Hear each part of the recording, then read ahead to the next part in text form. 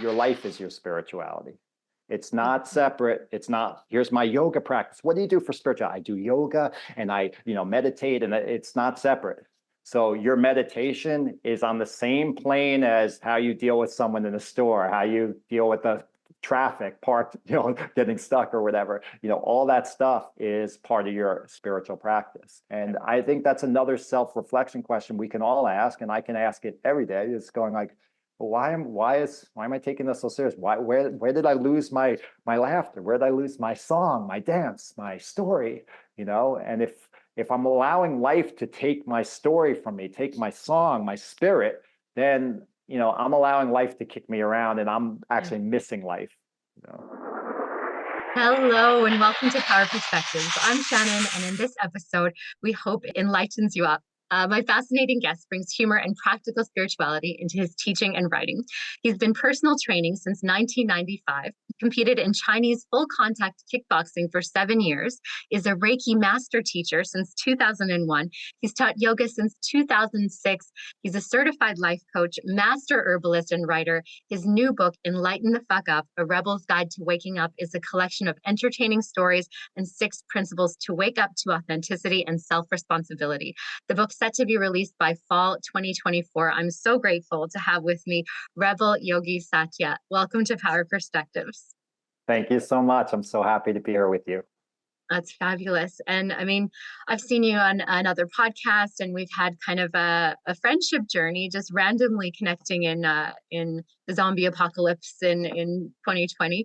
But I never asked you about your name, Rebel Yogi Satya. It says a lot about you. Can you share a little bit about your journey to yoga and why Rebel? Hopefully that will unravel from your sharing. Sure. I mean, I started with doing yoga mostly in that I was lifting weights and I was running and I was bigger than I am today, and I was never stretching, and I needed the discipline. I needed some structure, and so I found an old videotape, which was Rodney Yee's Yoga for Flexibility, and I was doing it 20 minutes a day, and it really helped open up my body, as well as I started seeing the bigger pictures of yoga. It's like, if I can relax under this stressful posture, man, what about in life where the real yoga takes place? Can I relax under an argument? Can I relax?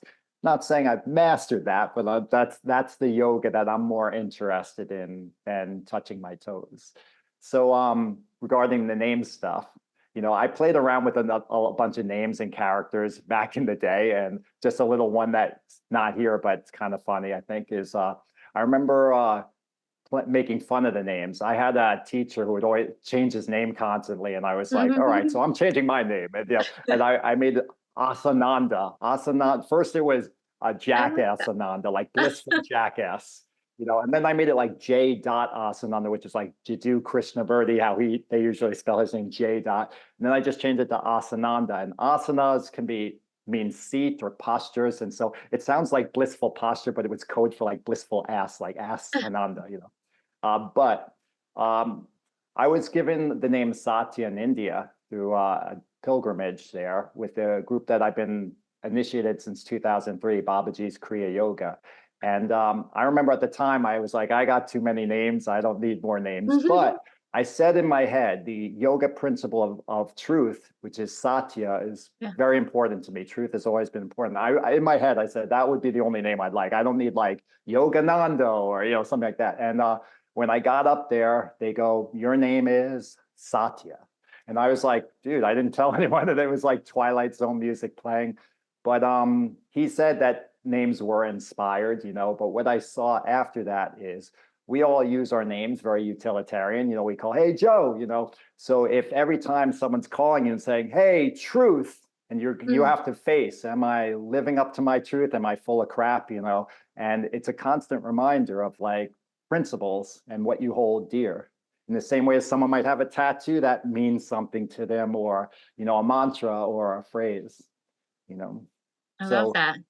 The rebel, the rebel part is, I've been the black sheep of the family. I've been always a little different. And even when starting to teach yoga, I was like trying experimental things and doing things. And, I was always one also who didn't think politics or religion was off realm. Everyone's like, just don't talk about this, Yeah. and I would never think it's appropriate to go, this is the right person, or this, whatever. Like, that's saying your own opinion. I don't really care what a celebrity's opinion about politics is. Why should my opinion matter? But we are living in a world outside the classroom, and we are surrounded by current events and politics and all that.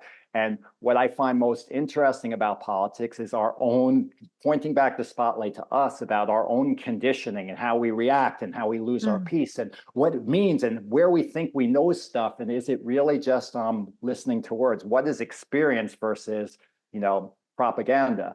And so I always brought those elements of politics. If I did, I don't bring it up every class. I don't usually bring it up, but if I did, that's what it's about. And as a side note, one of the stories in my book coming up is it's called Religion and Politics, or Politics and Religion. And it's about when I was actually interviewing a person that took my class who ran a bookstore in town. And she's like, I'd love you to teach. We do some things here. And so I was telling her, listen, she had mentioned like just politics and religion. I go, look, it's very important for me. And I started, and it's funny because most people, when you're going for an interview, you're not going to try and push an issue or you just kind of yes and get through whatever. But I was like, no, that's really important to me. I don't really need this job so badly. And that's where you're often also in your power, when you just know, like, this is important to me. Like, I don't want to be limited in what I express. So that's where some of the rebel comes in. It's not like someone who throws a brick through a window. That's just a sociopath.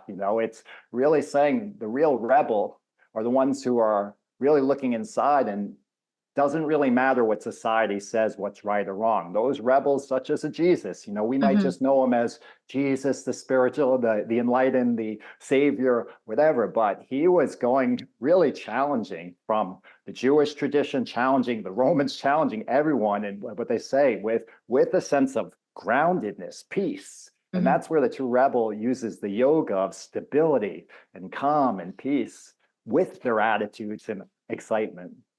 That's an impactful perspective, because this show is called Perspectives, and I love talking to people that can consistently shift my mind about something, and that's powerful.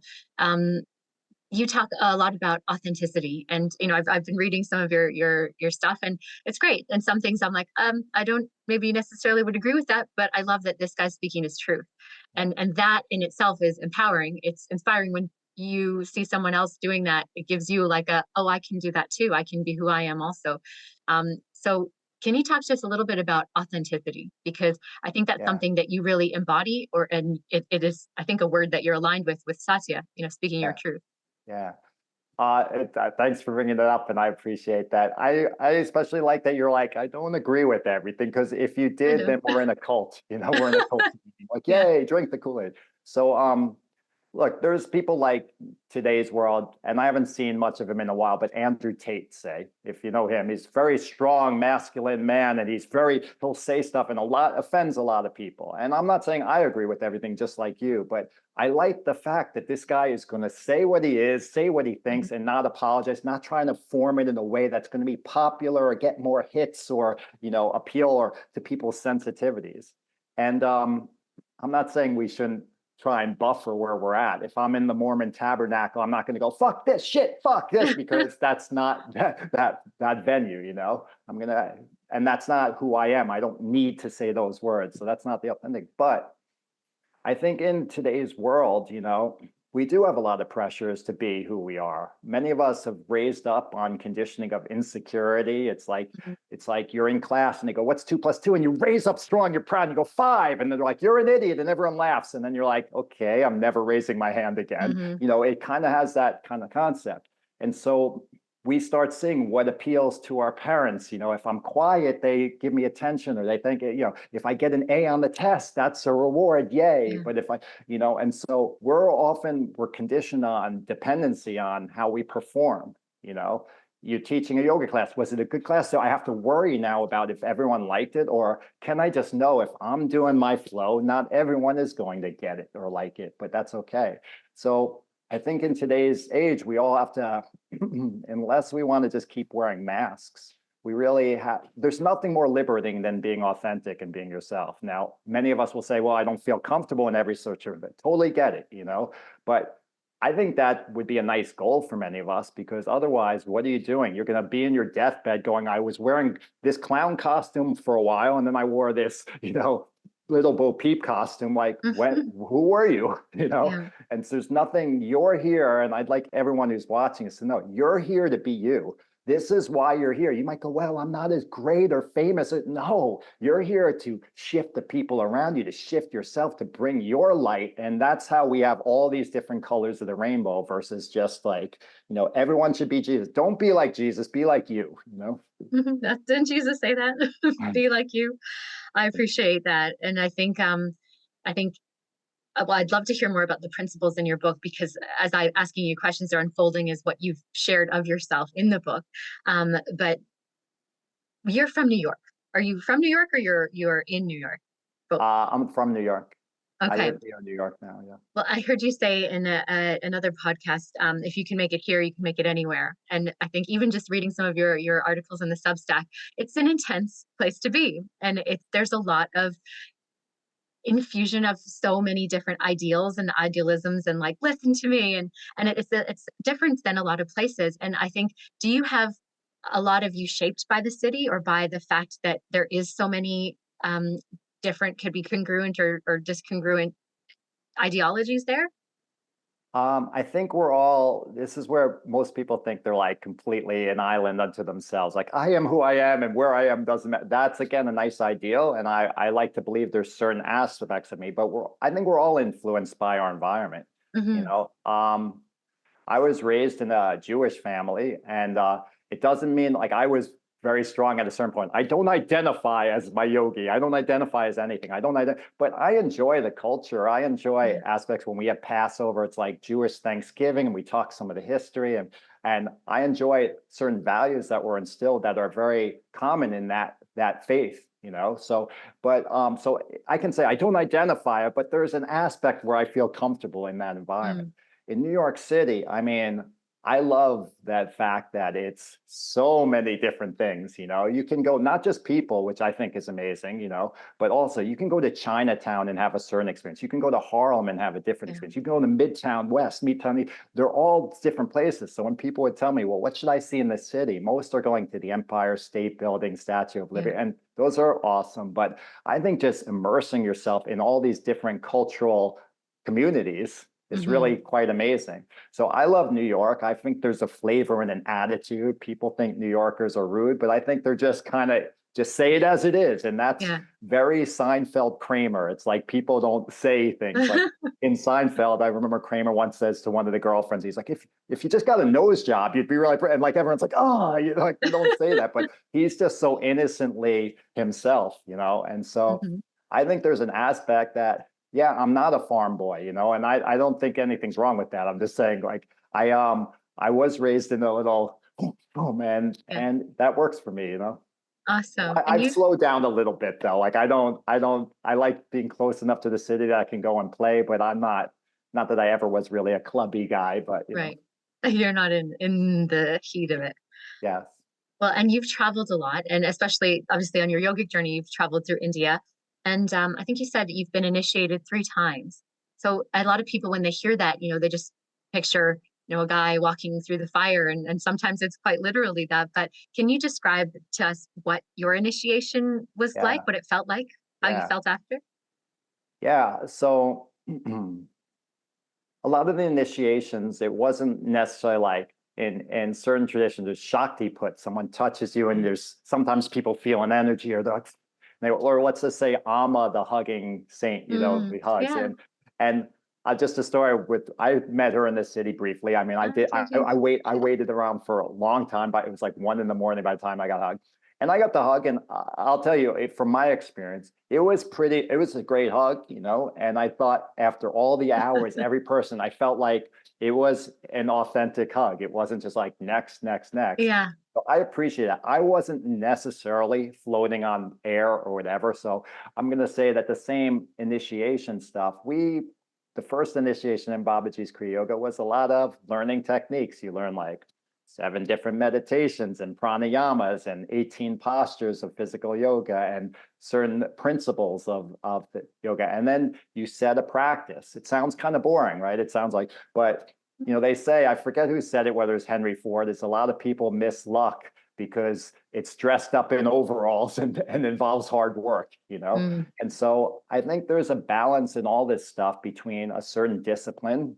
And in the tradition, in the Babaji's Kriya Yoga, they said that the masters would say that your life and your immersion in pleasure and joy is really based on your discipline, Now, I think we get to the point that means, okay, I must do like nonstop work. And we just look in the secular life, and that's been hard for a lot of people. All you're doing is working all day and you're paying your bills. And now the kids are this, and you're like there's got to be something more than just paying your bills, But there is a certain amount. So the first initiation was a lot of certain disciplines and understanding principles and getting into a routine where you're practicing every day and doing that stuff.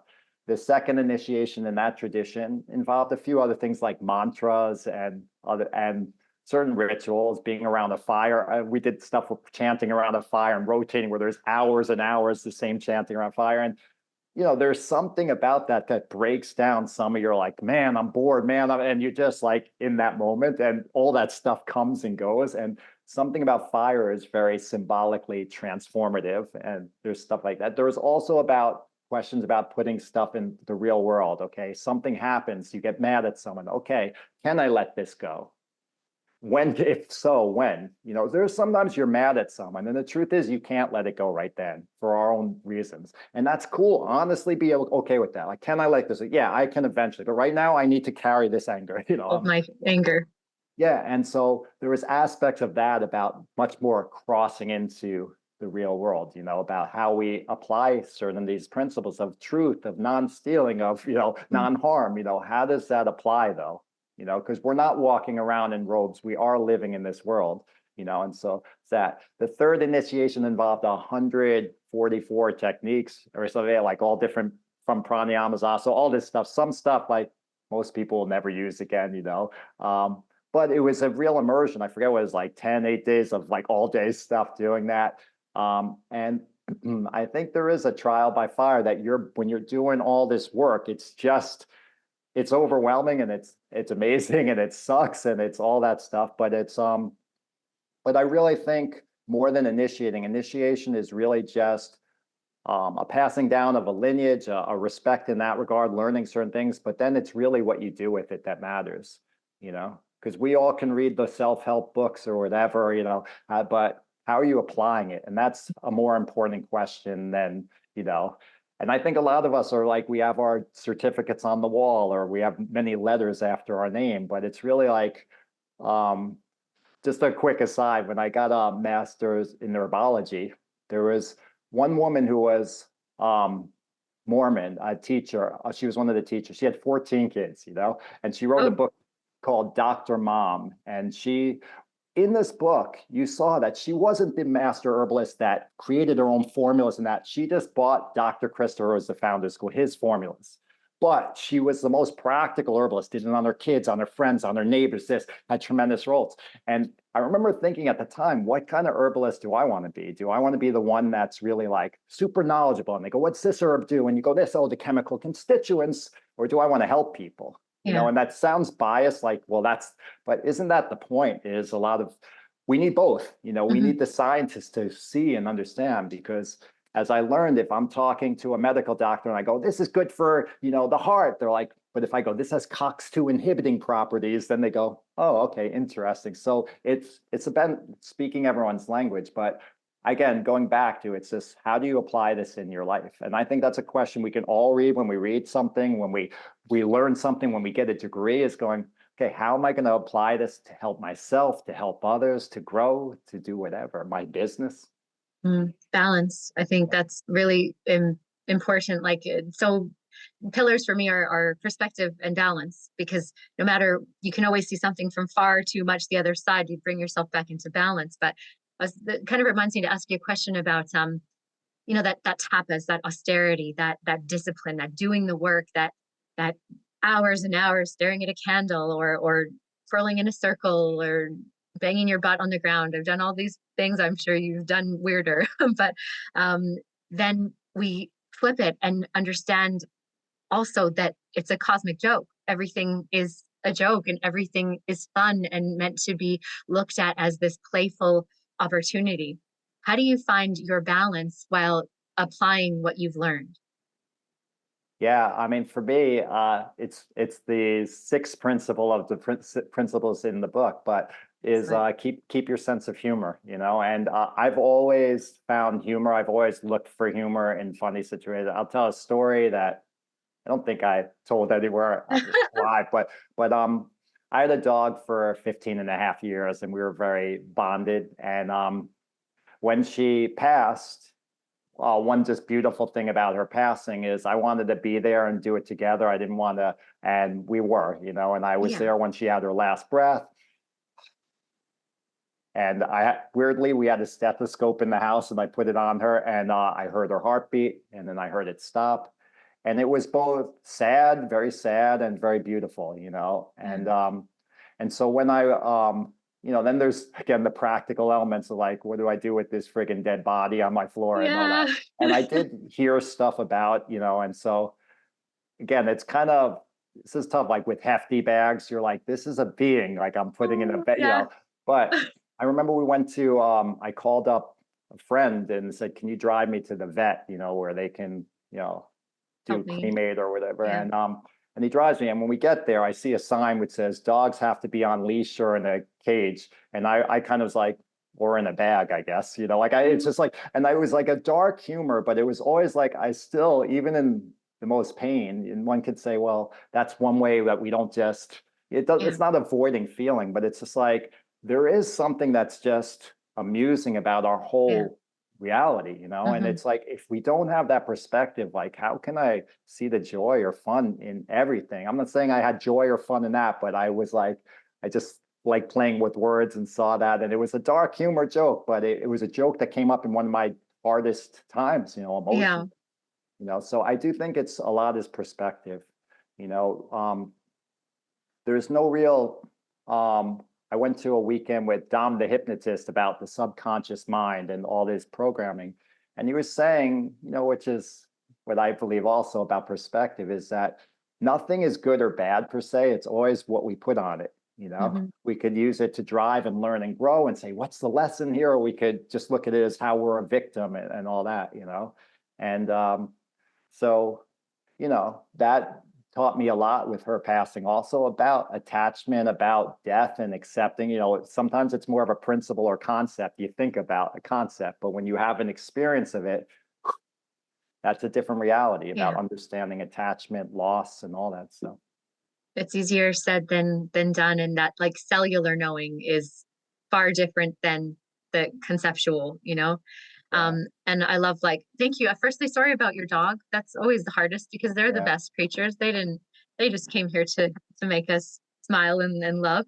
But I mean, it's a juicy stuff's coming out from your book. So before I move on to your book, I'd love to just ask, from your experiences, like, I talk about blessings a little bit, lessons disguised or blessings disguised as lessons. What's been kind of your rock bottom that you had to, you know, pull yourself out of, or continue to shift that perspective to see it as the takeaway of applied understanding? You know, I will say, just shout out that it would be nice to tell this story that I was living on the streets and I was this. I mean, I had a very silver spoon life for the most part. You know, I kind of joke that I was born with a silver spoon in my mouth. I still have the taste of silver in my mouth, but it's you know, I had two parents that would come to support me in my sports and my theater and tell me they love me and provide for me, you know, and we had a strong family and cared about each other. My parents are still married. It's like 61 years, something like that, you know. And so I had opportunities not so, but you know, everyone, no matter where we are, you know, even if someone will, well, that's nothing, I was kidnapped, you know, it's like we all have our own personal how things affect us. Not a comparison. Exactly. And I actually think that's important to understand, because if you had anyone watching, if you had a really difficult situation and someone has something which is really kind of minor. My pencil point broke, and you're like, dude, it's easy to go into dismissal, being like, dude, what about, and talk about us. But sometimes we can just see a person suffering and not worry about whether it's right, wrong, or what they should be doing. But I had a bad bike accident on my electric bike where I my shin hit a parked car's bumper. They're like 10 to 15 miles per hour. And the doctor said it was like a sledgehammer hit it. There was like 15 fragments, and it was pretty bad. And so I have metal in there and some cadaver bone meal and what have you. And so there's a while where I was realizing that, everything I've done in life just about would involve my physical body. I was doing personal training, teaching yoga, all this stuff. And I'm like, again, who am I beyond, that? What am I? What can I do actually? How can I support myself? And I remember at the time, which was one of my cathartic releases, was I was watching the TV show This Is Us. If you ever saw that, I would cry. Like, this is super great acting and writing, and it was so emotional. And I really felt more than like this character. It was just a process of bringing a lot of deep stuff while I was vulnerable, while I was physically incapable. It brought up a lot. And so spending that much time where I was mostly bedridden, and reflecting, do I want to do something in nutrition? Is it psychology? These other things, like, what am I beyond this thing? Really made me see how impermanent a lot of the stuff I do is, and that again, who am I beyond just all the physical stuff? Could I, would I, nowadays, I would think maybe I'd try and shift to writing or something where that's another expression. And again, a reminder that people out there, because I always think, not to like highlight lesson here, but is we can always reflect in all these things about, kind of like what we identify with, and whether there's something else for us, how we serve others, how we serve ourselves. And guess what? If the thing that you've been doing forever doesn't serve you anymore, it could even be a relationship. It means, maybe you have to explore and see if there's something else. That's very scary. I can imagine if you're married 20, 30 years and you're like, what, this is all I know. I should wake up with this person every day. How do I start new? But it's, there's something else maybe that these things guide us to. And I do believe it was a lesson. I wish the lesson came in a Post-it note rather than a broken leg, but I do believe it was telling me and helping me and saying, you can't necessarily do all that for the rest of your life, or you're using that not to explore other avenues, and I think the universe will always find a way to wake you or shake you or take you to where you decided you needed to be your higher self and bring that down through these dimensions. But I would love to hear more about the principles of your book, because it sounds like who you are is obviously what you've created and made come alive, this book. So love the title. I think we had a similarity in I was like, oh, somebody made a book with this title. It's amazing. I love Enlighten the FK Up. It's playful and it's brash and it's perfect. It's perfect. I think when I first started coaching, that was my coach name, like Enlighten the FK Up Transformation Coaching. But people didn't really get that. But A Rebel's Guide to Waking Up. It's wonderful. Can you share your principles or whatever one's in order? Right. Yeah. So one emphasis I kind of do want to make is that, just going into it, is that a lot of people in the New Age world are very into the cool stuff, like the metaphysics. It's like, and I love chakras. I love, if I have any insights, psychic or connection, I channel, whatever. Yeah. If that stuff comes up, I think it's really cool, But I do think, just like in the Patanjali's Yoga Sutras, he says the siddhis, these magic powers that might come from psychic to telekinesis, whatever, he goes, they're just a sign that you're on the path, but don't get distracted by them. Like, keep going, And so this book is really less about the metaphysics of your chakras and more about, and what that psychosocially means, and more about like living your world and life and using that as your spirituality. So it's a little more plain, it crosses into that. Is this a self-help book? Not really. It's really about, again, living authentically. So the first principle is your life is your spirituality. It's not separate. It's not, here's my yoga practice. What do you do for spirituality? I do yoga and I, meditate, and it's not separate. So your meditation is on the same plane as how you deal with someone in a store, how you deal with the traffic parked, getting stuck or whatever. All that stuff is part of your spiritual practice. And what a shame if all we do is take our yoga class as our spirituality, because let's just say you're going 5 days a week, which would be awesome. And most people aren't doing that in their life, but you're going 5 days a week. And let's say it's 5 hours, 5 hours out of, 24 times 7, do the math, hours in the day. Like, you're missing so many opportunities to grow and learn and apply, So your life is your spirituality is the first principle. Beautiful. I love that. What's number 2? We're intrigued. So number 2 is, and I think you had mentioned it before about you said lesson and blessing. A blessing. Yeah. Tell me what you said, first of all. I ask people what was their greatest lessons. Just it's a lesson disguised as a blessing disguised as a lesson. I've coded it so much in my head that it is a blessing immediately when I hurt myself. So So the second principle is that every situation has a lesson in it, especially the difficult ones. There's a lesson in there. There's a gift in there.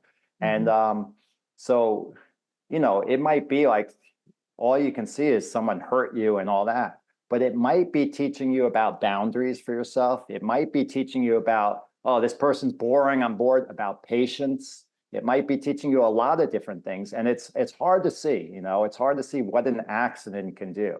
Because if we just look at there's no lessons and the world just happens to us, then we have that victim mindset. There's a lesson in all this stuff, and otherwise we're victims and we're just a cork bouncing around in the ocean. So I think if that's one of your practices, is to constantly go, okay, what is the lesson here? What is the blessing here?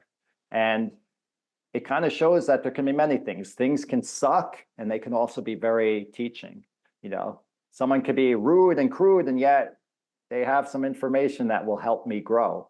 And if you're on the path of growing, and I'm not saying you should, but if that's your path, then you're going to look for that lesson and take from anyone, even the asshole, how I can grow from that, what I'm learning, because those people are going to teach you as much as the people who are kind to you. When I competed in martial arts, I fought in the ring for 7 years, and there was, if you just beat everyone, you don't really learn everything. Because maybe you're dropping your hands, but you're just better than everyone else. Now, all of a sudden, someone starts tagging you and you go, wow, I learned I'm dropping this, I'm doing that, And that's the way life works also, is that there's always a lesson there. So do you want to learn? Do you want to be, in that analogy, the best fighter you can be, or you just want to have a bunch of people you can walk over, And I like to think a true fighter wants to be the best fighter, and a true spiritual person who wants to grow and live life expansively is going to want a certain amount of challenges to see how they do it. Like I said in that other podcast, if you can make it in New York, like I could run off to Bali and have a great time on the beach and all, but if I can make it with conflict, with challenges, with that's to me the more exciting aspect of growth, to say, yeah, no, I really arrived. And I would say, I call it having peace in a fishbowl. A lot of people are like a small fish in a bowl, and they go, I know the ocean and I'm at peace. And it's like, that's a very different experience than being in the ocean with currents and predators and all that stuff. Yeah, I like that. And I really like the idea of, I think we all know by now, like, where you're comfortable, that's fine, but you're not growing there. And a ship in the harbor is safe, but that's not what a ship is for. And I love that you will kind of, I do like that you like a bit of, what is the word? It's not stirring the pot, but I like that in your writing style, you kind of challenge people to expand that. Like, what should this mean? What could this mean? What can I dig deeper and really make that mean for me, so that I'm growing and evolving my own consciousness as the best way to serve to serve more. And that's pretty powerful. Would you take us through your third principle? Yeah, and the third principle is be selfish. Focus on yourself. So like I was saying, I could say someone's an a-hole, and they might very well be an a-hole according to every definition of what that means. You could say asshole here. Yeah, asshole. yeah. But it's thanks for that permission. But it doesn't matter. Me calling them an asshole, me saying it out loud, it doesn't matter. What am I doing with that information? How did I react? So I get my button pushed by an asshole, and I'm all over the place. Is that empowering? How can I remove those buttons or buffer them, that even if a person pushes it, I'm like, cool, I can be around an asshole and I can be around someone else. You know, many of, again, in the new age world, there's a lot of people who say in their same clique, their group, and everyone loves you and this. And yeah, I would love the world which is expanded where I have people I really care about and people bring different things to the table. But if everyone's pretty similar, you're not going to get challenged. No one's going to even challenge your own principles, you know, and I think that needs to be challenged. Any principle that can't be challenged isn't really worthy as a principle. You know, Dr. Fauci goes like, if you question me, you're questioning science. That's not science. Science actually questions everything, you know, and you have to have everything, peer reviews, all this stuff. So that's science, but it's really about us. And I emphasize, and I emphasize twice, this is not about him, it's about us. And you're not really seeing that. And that's where you're not going to grow if you just need to find an enemy or someone to hate on. So be selfish, focus on the self.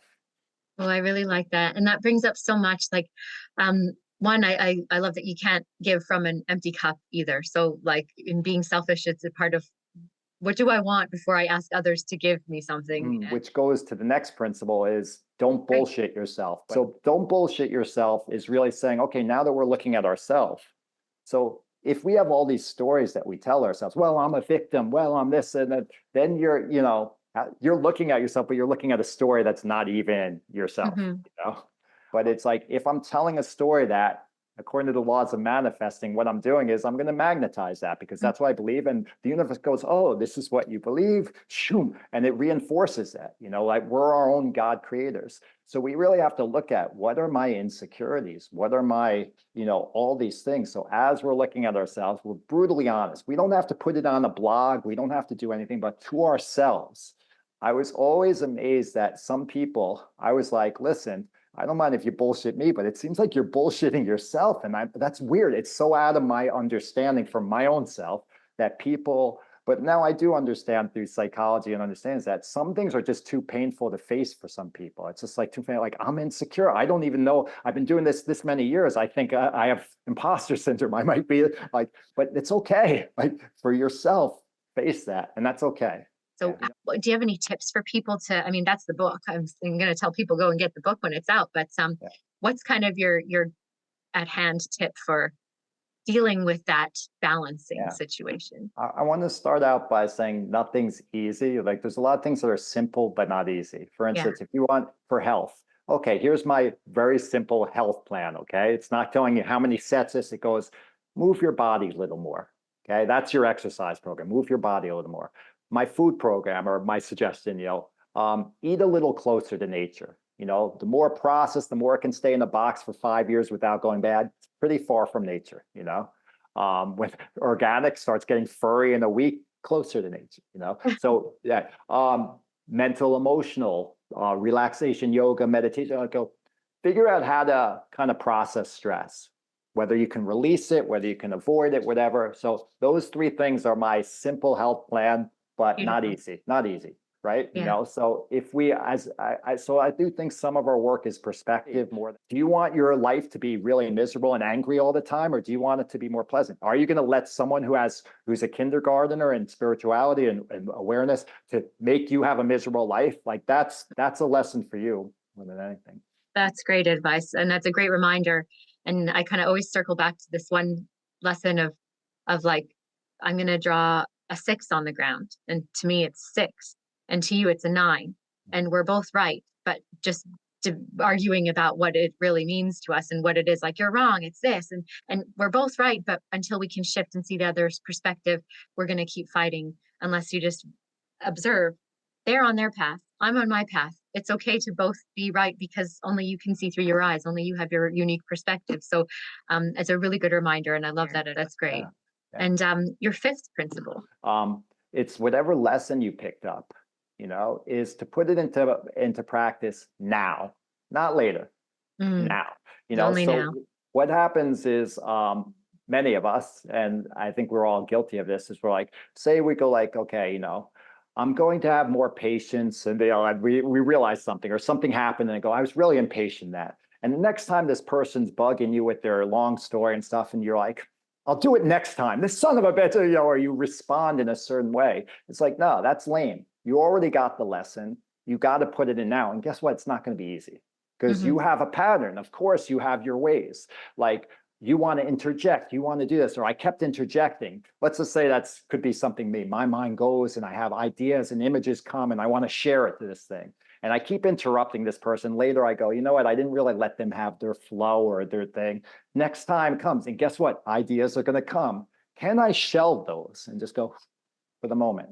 And you know, my pattern would be, no, I know this, or this is great, or this will be more information. But it's like, it's lame. If I go, well, this is a good idea, I'll just tell this one next time. No, now, you know, what the worst case in that, I don't share some brilliant thing. It's not going to change anyone. The world's still going to revolve in its way, you know? So it's really about putting that lesson in now. And so that's where, if we want to put rubber to the road, we might need action plans. We might have to write out, okay, this is some lessons I go, how can I do that? Or I'm having, you know, I learned about if I procrastinate, it's not helping me in my business. How can I work on, and that's where you can have certain action steps. At the end of each chapter, I give reflections, you know, that are kind of like homework you can reflect on and write and learn about yourself on as well. I love that. That's a great part of like journaling, just when you're really kind of honed in on an aspect of yourself and you're in an honest, truth telling to yourself, like I was a dick about that thing, or like Yeah. I can improve here. I really have seen I was a dick and I let my emotions crowd me when I was making X, Y, or Z decision. I Yeah. think like I don't know, Dr. Joe Dispenza, I think he says something along the lines of when you wade through the cold river of change, like get ready because it's going to be uncomfortable. Like it's going to feel like all of your neurons are used to firing this one certain way, like be angry when this person does this and you didn't put the toilet seat down again and bring the fire, make it Yeah. rain. And Yeah. really all you're saying is, does this matter? Like it, go into the moment. Does this matter? Evaluate it. Why does it bother me? Why can I change it? And you're rewiring your neurochemicals. So that's why it feels so awful and why we want to put it Yeah. away. But Yeah. it's just doing it the few couple times to get that wired in there, and then it'll just be, and it doesn't have to feel so shitty or weird anymore. And it's just, I love that. Do it now. There's only Yeah. now. Could you hit us, please, with your fire of your last principle of enlighten the fuck up? Yeah. Mentioned it earlier, is about keeping your sense of humor, you know. Yeah, Um, that's my favorite. And if I didn't have, like, I can't even imagine living life without that. I can't imagine life as humanity if we didn't laugh and joke and play. You know, what would it be? Like, would we just be automatons doing things and creating, you know, be Mhm. heartless? You know, so for me, and which is really something actually inspiring about social media. If you look at a lot of social media stuff, there's so much sketch comedy and other things put out there. Yeah. Like I was looking at that recently, I go, wow, that's pretty amazing. Like people do see like, how can I make situations funny or laugh at things? I think there was always sacred clowns in different cultures and Mhm. traditions that really brought people back to relax. You know, I might slip on a banana peel and that's silly enough that we'll all laugh and be like, ah, you know, it's not so crazy, you know. And so when we go, again, it's one of the disheartening works in some of the new age world is that a lot of people like get so serious about now my meditation, now this and that, and I'm into discipline, you know, and I'm into structure to a level, but it's like when you start taking the heart out of it, like what happens, you know, the mystic Osho, who is also, I kind of got taken sannyas, kind of like honoring that tradition and being in that tradition. He danced and celebrated and told dirty jokes and like most of the people, not all, I've experienced all level, but in that following, they're a little more joyful. They just seem like they want to dance a lot and they want this, and like that's a tradition I rather be in. It's like from V for Vendetta, he goes, any revolution without dancing is not a revolution I want to be a part of, you know? And so even stuff as serious as spirituality, it's like it really doesn't have to be serious. I say the same thing about lifting weights and other things in the gym. It's like, do your business, but relax, have a conversation with someone if you need. If you need to get back to said, hey, let me do it, doesn't have, unless you're a professional bodybuilder and don't have time for this or whatever. It's like, what are we doing? Like, why are we so serious about everything we do? Like, lighten up, you know? Mhm. And I think there's an aspect, if you look at anyone who we would call spiritual, enlightened, whatever, there's an aspect of lightness. There's an aspect of Mhm. like, you know, with Osho, you know, he would sometimes be very fiery and stuff, but I think he was playing. I think he enjoyed the debates and the arguments and this, it was play for him, you know. And Yeah. if I find myself, I call it Osho moments. If I find myself caught up where I lost the play and stuff, debate art. It's an online discussion. I'm having this and that. And I go, ooh, this is clever and this. And soon I'm getting pissed. And I go, okay, whoa, I just turned it into something that's no longer joyful for anyone, myself included. Like, why am I even doing this? Because I'm not going to convince someone of anything, you know? So because I have had online debates just for my own fun of language and that. And you know, so again, I think it's about playing, and that really shifts the whole tremendous thing. I remember in at the Osho ashram in India, there was some exercise, some game we all played, which was so silly that I was at first, my critic of mine was like, this just seems dumb. Like we'd run in, then we'd sing this song and skip out or do this, you know. And soon I found it one of the most joyful things. And I was like, wow, this is like, you know, think about it. I can stare at my navel or gaze at my navel and do all this stuff for hours on end, and maybe I'll get something, maybe not. But there's something just so true about letting go and laughing. And I think a lot of our life and spirituality and our life, because there's no separation, can really be that light, you know. And I think that's another self-reflection question we can all ask, and I can ask it every day. It's going like, well, why am I taking this so serious? Where did I lose my laughter? Where did I lose my song, my dance, my story? You know, and if I'm allowing life to take my story from me, take my song, my spirit, then you know, I'm allowing life to kick me around, and I'm actually missing life, you know. And there's, I mean, who doesn't want to just have a deep belly laugh? And there's a reason that laughter is the best medicine. You can't be in a state of stress. You can't be producing, you know, all of these chemicals that make you upset when you're laughing. So laugh. And I love that you said you guys skipped. I think everybody should skip once a day. It's probably one of the most life-saving activities, and it's so simple. We forget to do it. Yeah. It's funny. Sometimes with personal training clients, I'll have them skip for something, and more working the opposite balance of this. But some people haven't skipped in forever or ever, and they like, this can't. And I'm like, you can't skip. What's going on here? You know, this is a problem. Yeah, that's sad. But I remember watching a video just yesterday, I think, and these older people were trying to skip, and they had forgot how, and it was like they were having like a seizure almost. Like they're just skip. Yeah. But those are amazing principles. So thank you so much for sharing. I would love for you to let people know where we can get your book when it's out. It will be out. It's going to be released on Amazon, so it will be available there. I'm hoping like by fall it should be ready, or before, you know, and that will be on Amazon. You can keep updated. I have a Substack, which is Enlighten the FK Up .substack.com. You know, I forget whether it's /Substack. I should probably look that up, but it's I'll put a link in the description. That's cool. So, but that's also where I kind of, like you were saying, there's some modern stories that I share about things that go on, and some you're not going to agree with and all that. It's fine, but it's not designed to be like my way is right. Sometimes I even played those characters where I played like, okay, this is the absolute, or you must, you know, when I teach yoga, sometimes I go, okay, here are variations and this is that. And everyone, yoga, it's you and fit the, and sometimes I go, do it this way. Don't hurt yourself, but do it this way, because there's lessons in that about surrender, about, you know, okay, following versus always like, no, I must lead, I'm an individual, you know.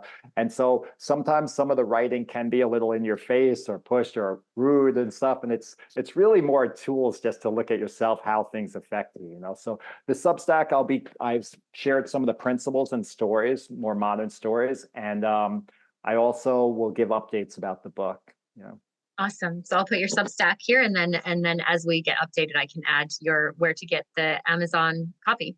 Yeah. It has been an absolute pleasure. I'm just going to ask you one more question, if that's okay with you. Sure. Knowing all that you know now, and all of the activations and the healings and the certifications that you've experienced, what advice would you give to your coming of age self with all that you know now? So, you know, I think someone else might have said this. There's like, if you could change something, she said, I wouldn't change a thing because I had to go through all those things to get where I want. And like, I think most of us, and I'm including myself in that, would like get some things through the thick skull a little quicker, you know?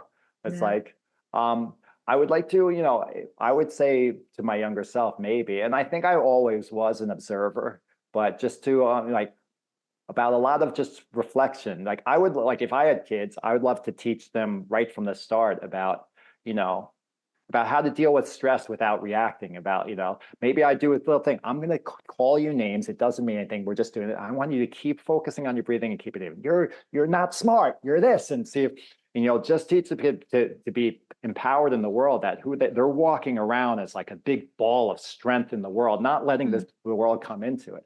So, you know, I would have maybe told myself, just be very aware and always check in and be honest with yourself, you know, what's going on, and, you know, really self-reflect on things. But That's I am awesome. where I am. I arrived through whatever means, and, you know, I'm okay with that right now. And, you know, I wish I did a lot of things sooner. You know, I wish I got some of my shit together sooner and got things out there sooner, you know.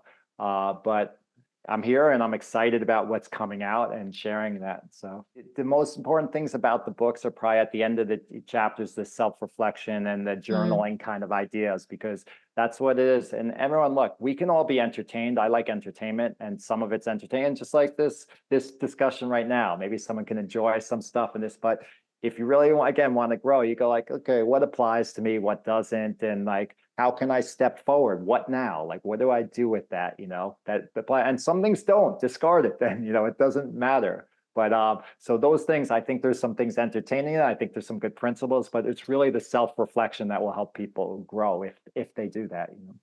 And that's a really you do that in the Substack, you do that in your writing style, and I like that. Like, you take the reader for a whole ride, and you include the pictures and stuff too. Like, you have a whole entertaining column there, and then at the end is more like, okay, but that was this story, but how can you really make this Yeah. into an evolved consciousness? And that's how.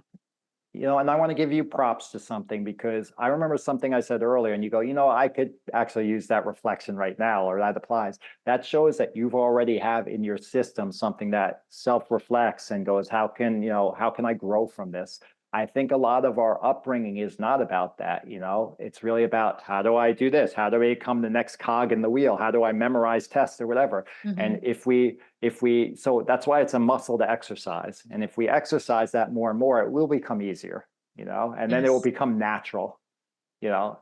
Those first couple times that you kind of, or for me, my arrogant self that would have to feel like a tail between my legs going to apologize for something, I really have now, like, no, hey, I'm sorry I was a jerk about something. And Yeah. it's coming so much, the more that you do it, the more that you can embody that and know, like, oh, I haven't diminished my value. I'm still me. I'm probably more open now. So that's a Yeah. great way to keep growing, I think. Yeah. So I think with all these new things we're challenging ourselves to, it is going to be innately uncomfortable for many of us. And I encourage all of you guys just to go for it and trust that it will be uncomfortable. That's okay. You know, try and stay with that, and this too shall pass. You know?